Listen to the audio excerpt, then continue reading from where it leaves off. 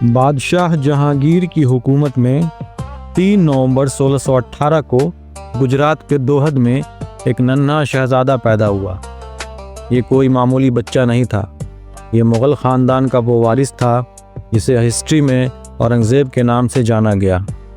उसके पैदा होने की खबर सुनते ही उसके वालिद शाहजहां, जो तब प्रिंस खुर्रम के नाम से मशहूर थे, खुशी से झूम उठे। पूरे दरबार में जश्न का माहौल था। सोने चांदी से सजे थालों में नायाब हीरे जवाहरात रखे गए थे। मगर ये शानदार शुरुआत औरंगज़ेब के लिए आसान सफ़र की गारंटी नहीं थी। औरंगज़ेब शाहजहां और मुमताज़ महल के तीसरे बेटे थे।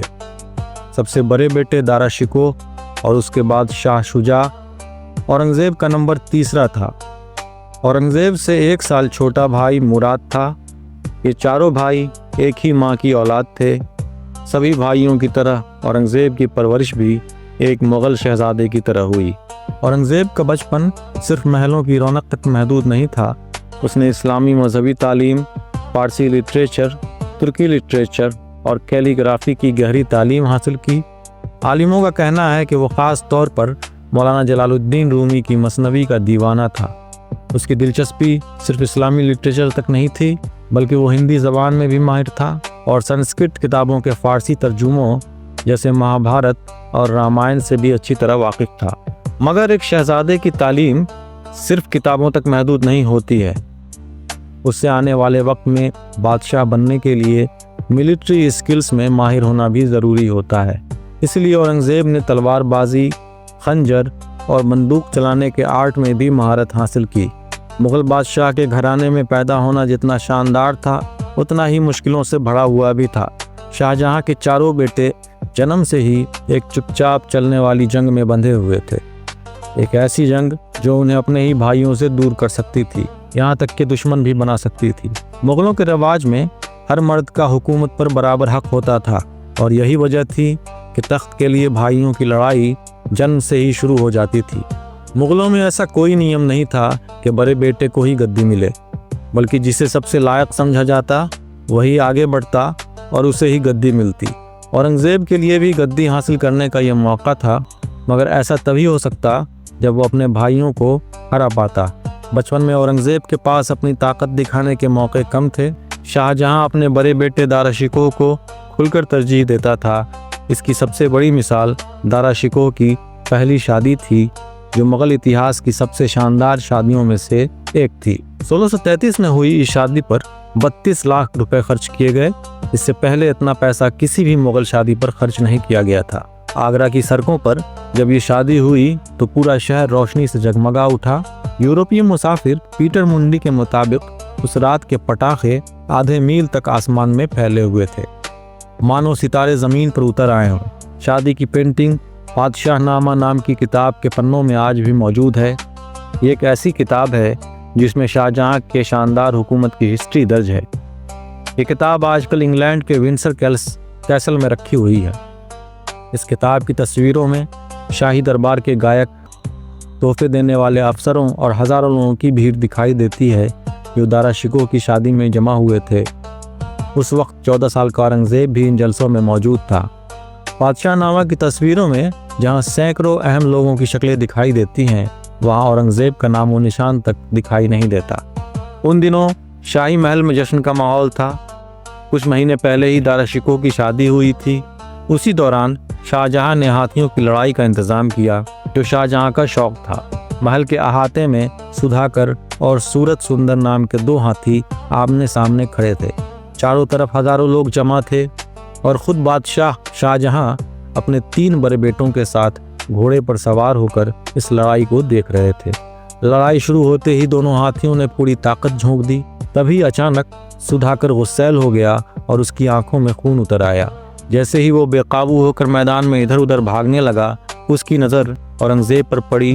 गुस्से से भरा ये बड़ा जानवर सीधा औरंगज़ेब की तरफ दौड़ा। औरंगज़ेब ने बिना देर किए बर्छा उठाया और पूरी ताकत से सुधाकर के सिर पर वार किया, मगर ये वार हाथियों को और भी गुस्सा दिला गया।